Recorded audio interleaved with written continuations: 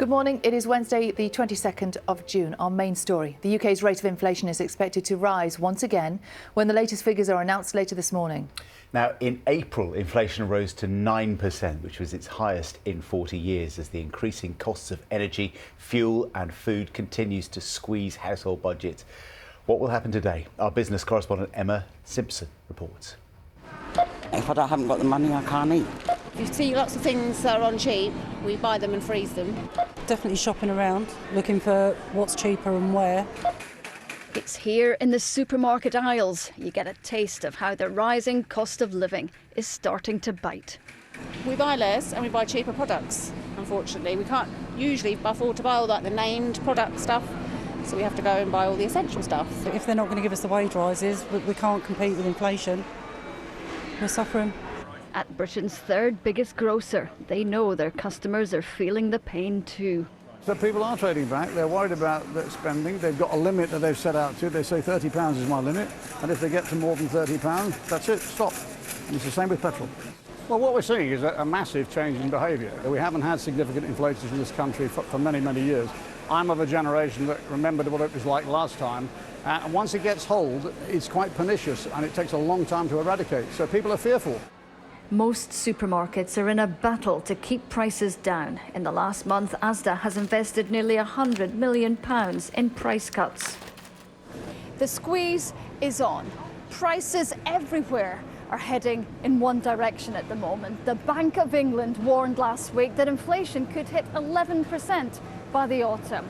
The challenge is how to bring the cost of living down without tipping the economy into recession. This retail veteran thinks policymakers were slow to act.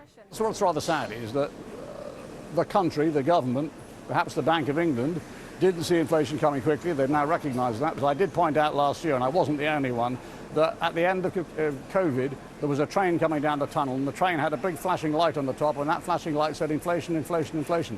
And we just sort of said, oh, well, maybe the train will just go through. He doesn't want to predict where it'll stop, but he would like to see more government help for those most in need. Emma Simpson, BBC News, Stevenage. Well, Nina is at the UK's largest wholesale market for fruit, veg and flowers for us this morning in central London, New Covent Garden. How's it looking there, Nina? Because everything that we see in those boxes will be passed on to consumers, and, you know, the prices seem to be going up all the time, don't they? Yeah, and as you heard in Emma's report there, John, the challenge is what the government and what the Bank of England can do to fight inflation. Yeah, New Covent Garden, massive trading point. So the traders here, the wholesale traders, are keeping a keen eye on inflation figures when they're released at 7 o'clock, because as you say, it's what it costs them. They will then have to pass on to consumers. So at 7 a.m. then, we get a much clearer sense of where we are when it comes to inflation. Let's remind ourselves of what happened in April then. That's the point at which we learned inflation had hit 9%. Really high, a 40-year high. We know what happened in April. We all remember that household bills went up. That increased price of energy really had a hit on the cost of living. And last week, the Bank of England said we're going to have to do something about this again.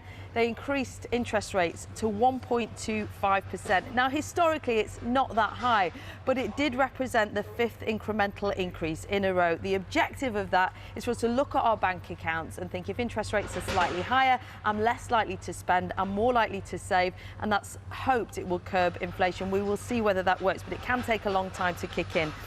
And they do concede, the Bank of England, that it might not be enough. Their in-house predictions are that inflation could reach 11% towards the end of the year. Why? Well, we know that in October, we're going to see another increase in energy bills. The global price is expected to go up, and so we will all be paying a little bit more. The government says it does have plans to mitigate this. We found out about that £400 universal payment that will go to every household, and those on benefits will get an extra £650. We're already seeing some interesting changes to how we behave, the way that we shop. So grocery inflation has reached 8.3% over the last 4 weeks, the highest it's been in 13 years. And we're seeing sales of branded products come down by about 1%, and own brand products going up by about 2.9%. That's what Kantar, the researchers, tell us. And the discount retailers, Aldi and Lidl, are reporting strong performances as we look for those cheaper prices. Predictions are that inflation will begin to taper now, so maybe go up from 9 to about 9.1%, but that is still an increase and we're all feeling it. We'll have the updates just after 7 a.m. We will be back with you for those figures in an hour's time. Thank you so much, Nina. Is some news that is breaking right now. The UK's latest inflation rate has been announced. It was 9% last month. We understand it is now 9.1%, so up again. Oh, that means the prices we're paying for things like food, fuel and energy bills have gone up by 9.1% in the 12 months up until May. Nina can tell us more. She is in central London for us this morning. Morning, Nina. Morning to you. You're right, Sally. So this is the month of May compared to the month of May last year, an increase in costs of 9.1%. Compare that jump to the month before in April of 9%. So it's an incremental small increase, but still an increase. And what it means is if you haven't had a pay rise over those 12 months between May and May, your money is going 9.1% less far. So you will undoubtedly be feeling that, and that is having an impact on how workers are feeling, as we saw yesterday with the tube strikes and the rail strikes. Let's speak to Miata, who's been looking at the numbers. Morning to you.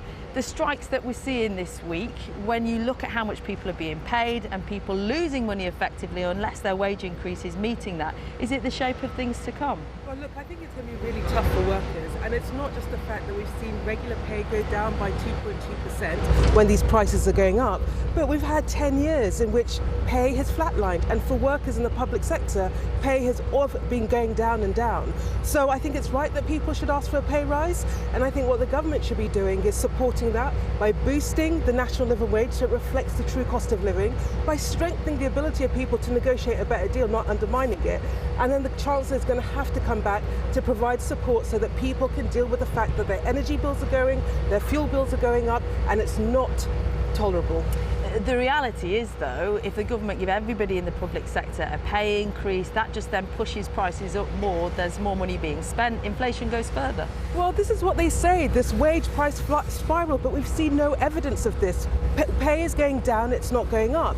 And for me, the bigger risk is actually there isn't money in people's pockets. The economy that's already starting to flatline stutters further, and we end up in recession.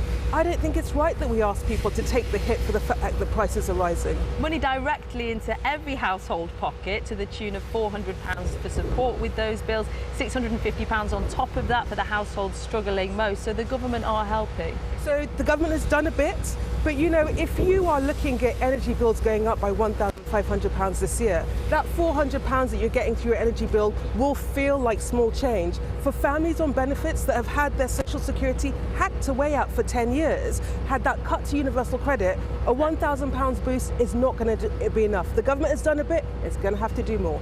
Thanks, Beata. And the message from the Chancellor, from the Treasury, is that they continue to review the increases in the costs of living, that they're doing everything they can to support every household. The reality is, though, as Miata was saying, everybody understands it doesn't stop here. Don't forget, John and Sally, in October, another hike in energy prices. Indeed, Nina, for now, thank you very much indeed. Top story is some news that broke just about an hour ago when the UK's latest rate of inflation was announced, and it is 9.1%.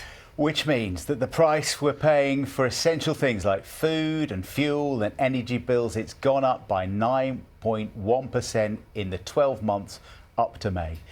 Nina is in central London for us this morning at New Covent Garden Market, and she can explain all of this to us. Up again, Nina. Yeah, good morning. A 0.1% increase from the month before. So not a large jump, but it still represents that incremental increase in the cost of everything overall. In the last half hour or so, we've had some detail on where those price increases are coming from. So the ONS say continued steep food prices, but also the price of goods leaving factories rose at their fastest rate for 45 years. Raw materials leaping at their fastest rates on record, partially due to coming out of lockdown, but of course because of the conflicts in Ukraine. Basically, making stuff is costing a lot more, and those expenses are having to be passed on, and we're therefore paying a lot more. At the same time, well, wages are not keeping pace. Let's have a chat with Miata about how we mitigate against these increases. Bank of England again increasing interest rates to 1.25%. Is that going to make a difference? Unfortunately not, because let's remember what's driving inflation. It is global factors. It's supply chain disruptions after the pandemic, it's the war in Ukraine, it's energy price shocks. But what it does do is that it risks hitting people in their pockets with higher mortgage payments, with the cost of credit going up when many people are having to borrow to get by, and it may risk choking the economy when we look at the prospect of potential recession. What can be done then to rein it in? Because we're already seeing the squeeze on wages causing disruption, as we're seeing on the railways this week. What tools does the government have? Well, the thing that government can do is to boost incomes, and that's partly about wages. So one thing it could do is to increase the national living wage so that it reflects the true cost of living. But the government's also going to have to step in to support people, and that's about helping people on benefits. We need to see a bigger boost to social security, but it's also about doing things like using that windfall tax, increasing it in order to bear down on energy bills, helping people with the cost of public transport, things that can help people cushion the blow of rising prices. The Treasury are doing that, though. They are listing a £400 payout to every single household, an extra £650 to the poorest households. They are listening. So the government has acted and the Chancellor has acted, but it's not enough. So for families that are seeing energy bills going up by £1,500, that £400 will feel like small change. For families on benefits that have seen their income slashed away for 10 years, the boost to incomes that they're going to see is not going to be enough to compensate them. Does too much of a boost to incomes not mean inflation goes further? Well, so the government's arguing that we're going to have this wage price spiral, but we're not seeing that. You know, real wages has gone down by 2.2%. And actually the bigger risk is that we don't put money into people's pockets, that it's not spent in the economy, and we're looking at recession. Worse outcome, stagnation and higher prices. That is the risk, isn't it, that we then hit a recession. We're seeing real changes in the way that we spend. A little bit of detail for you, though. So in the supermarket, sales of branded products are down by 1%, own label, so cheaper products, up by 2.9%. Everybody is now having to get a grip and adjust to their diminishing pot, and I'll be speaking to traders here about how that's impacting the way we spend on treats, on things like flowers. Nina, thanks very much. We'll talk to you again soon. Where we've been reporting in the last hour and a half that the UK's latest rate of inflation has been published, and it's up again to 9.1% last month, fueling more fears of a looming recession. Well, most of us already know how that feels because we lived through one in the aftermath of the financial crisis of 2009. And Breakfast Jay McCubbin has been to catch up with 4 of the people she met during that crisis to see how they've coped since and how they feel about another potential economic slump on the way. Day of turmoil on the world's financial markets. This was the Great Recession, a banking crash, a credit crunch, unemployment, stagnation. The action we are taking is unprecedented, but essential for all of us. Are you checking me? Are you asking me if I'm training? Back in 2009, the BBC spent a year following a group of people as they navigated their way through the worst slump since the 1930s. Today, as commentators predict another recession could be on the way, we track them back down. Hello, stranger. How are you? Are we doing hugs? No. Shall I show you your film? Yeah, go on. Back in 2009, we met chip shop owner Anne. She was gambling it all, trying to expand while shops all around her closed. Oh my God, look at my hair. I look like Jedward. The gamble paid off. Today, the coffee shop and chip shop is thriving, but inflation is the new crisis they face. And on social media, there has been a backlash. Prices have gone up ridiculously. I mean, fish is nearly treble. Mushy peas, probably about 5 or 6 times more than, and you can't pass all that on. Somebody had put this post on to say I think they had meat pie, chips and curry, and it was £6 something, and they thought it was extortionate. But other people like were kind of joining in the conversation because this is so real for so many people. Yeah, there was 300 comments in an hour. They were talking about protesting outside the shop. It was awful. And I mean, my husband kind of says, don't let it worry you, you know, but when you're passionate about something and you've been in business for as long as we have, and it's a family business, you know, it does hurt. Inflation hurts everyone, even those in stable work. Hello, stranger. I'm all right, how are you? In 2009, we watched Jane's last day in Woolworths, one of the first high street giants to collapse. She was one of 700,000 to lose their job that year. You did a conga out the last Woolworths store as the shutters came down. You know, we tried to keep our chin up so much. That was the first time you were unemployed in how many years? 24 years. Yeah. Today, she's doing well as an office manager in a private surgery, but still feeling the squeeze. You know, we've just had a holiday, and will we get another one? I don't know. But I'm more worried over my sons and their families, houses, big mortgages. You know, it's things like that I worry about. There you go. This is Jonathan, who today lives in Spain, where inflation is lower, economic growth higher. Hi! But in 2009, he was a struggling estate agent.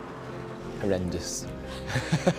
Absolutely appalling. It's never been as bad as it is now. We filmed as he was forced to sell his own dream home as the recession bit. 30,000 quid we spent on a landscape gardener.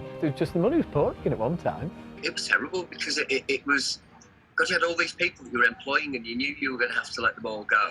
You knew you couldn't pay the bills. My quality of life now is so much better than it was then. In Manchester, we were paying, I think, about £2,500 a year for the council tax. Here it's €500 a year.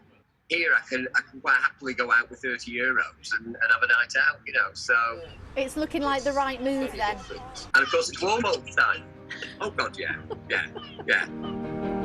Inflation here in the UK is amongst the worst in Western Europe and the G20. Hi, how are you? Good, thank you. How are you? Nice to see you.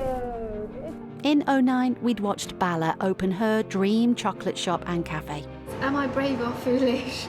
And there's a very fine line, I think, between being brave and foolish.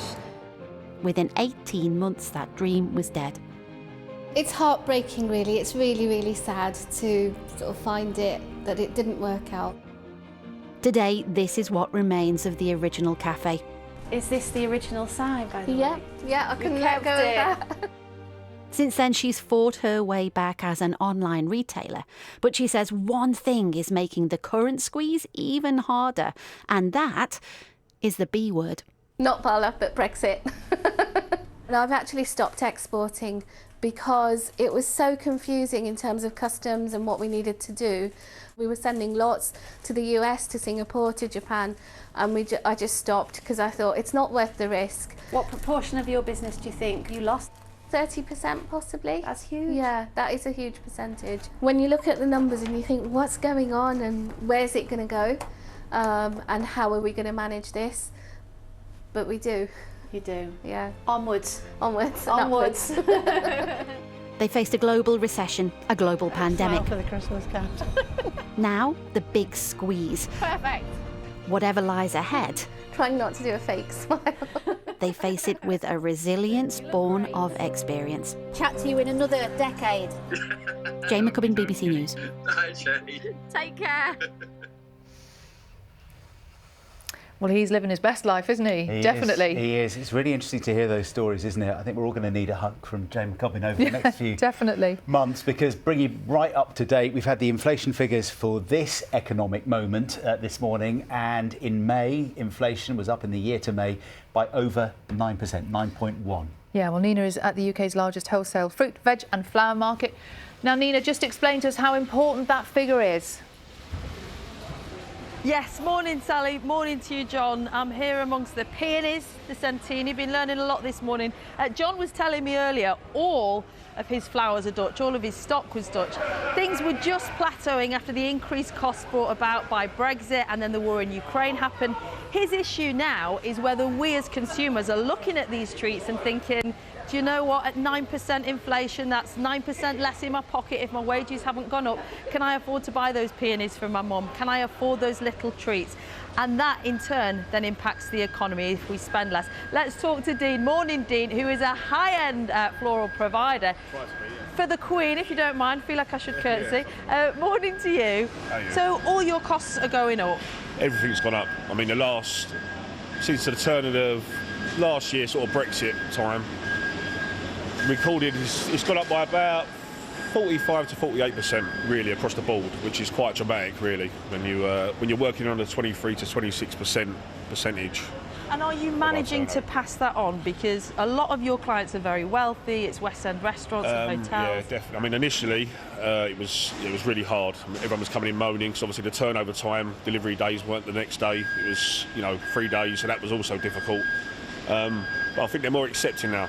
Okay. In terms of Brexit also, like it's all been a bit trial and error in terms of delivery slots and problems. But I think they've definitely come to terms with it. But as for passing on the inflation, we've got no chance. So your turnover's high. This is what we're hearing a lot this morning. High turnover, low profit, exactly because that. you can't pass on the full to, expense. Yeah. That's the way to go forward, definitely. Yeah, at the minute. Right, But thank short you, term Dean. anyway. I'll have to come and see your very nice flowers in a minute. And this is David, who's the landlord here, so he has to oversee all of the tenants, but at the same time taking in your own costs as well. Talk to me about your overall expenses. Well, our overall expenses are really about employment costs and energy costs. But we have been able to control those. We have gone through a restructuring and we've been able to focus on our core business, and therefore through that we've been able to keep our costs down. But as the landlord, clearly we've been able to help the tenants with their trading, in as much as back in 2015, when this redevelopment of the market was first proposed, we gave the tenants who were there then a freeze on their rent for the development of the market, which is going to be over 11 years. So I think that's going to be helping their finances. We're also the provider of essential services such as cleaning, waste disposal and security. Now, they're heavily exposed to the labour market. We contract that in, but labour costs have been going up 11%. We're very good at negotiating the best and most productive contracts for our tenants, and we pass on those costs. We're also investing in systems and data analytics. That'll be great for actually helping the tenants with their distribution costs, because we'll be improving load planning and also consolidation. And then the last thing I'd say is, obviously, we've got the redevelopment. They're going to be new, more cost-effective, more environmentally friendly units, and will also help with areas such as putting solar panels on the roof. Okay, so there are ways that you can make those small savings so that the rent goes far enough to cover your costs. Thank you, David. The thing is, though, look at these, absolutely beautiful. If you're looking at your wage packet this month, next month, and thinking, look, I'm losing close to 10% of what I had compared to this time last year, is this a treat I'm going to be able to afford? And that is happening across the board. We're seeing people go for basic ranges in the supermarket. We're seeing people curb the treats. Foreign holidays are the next to go. And at the moment, inflation at 9.1% and rising. Predictions it could hit 10%. Perhaps even the Bank of England say 11% come the autumn, when we see energy bills increase again. Interest rates have gone up to 1.25%, historically quite low, but that does curb spending slightly. The worry, of course, as we've been saying, is that then leads to recession. If the economy stops growing, fewer jobs available, and that will be bad news for everyone. It's worrying times, isn't it, Nina, for everyone. Thank you so much. I mean, I know you're at New Covent Garden, not the old Covent Garden, but yeah, seeing with the flowers, I'm thinking Eliza Doolittle, I'm thinking My Fair Lady. Yeah, that's a bit of a... Well, we'll be doing more of the chimney sweep action this morning, actually, when we're in the fruit and veg market. Grab one of the alliums and, yeah, you've got it nailed. Thank you very much indeed. We'll see you later. I think I'm more chimney sweep than Eliza Doolittle. Wouldn't it be lovely? You know all the words, don't you? I did it at school. Of course. It's a very long time ago. Yeah.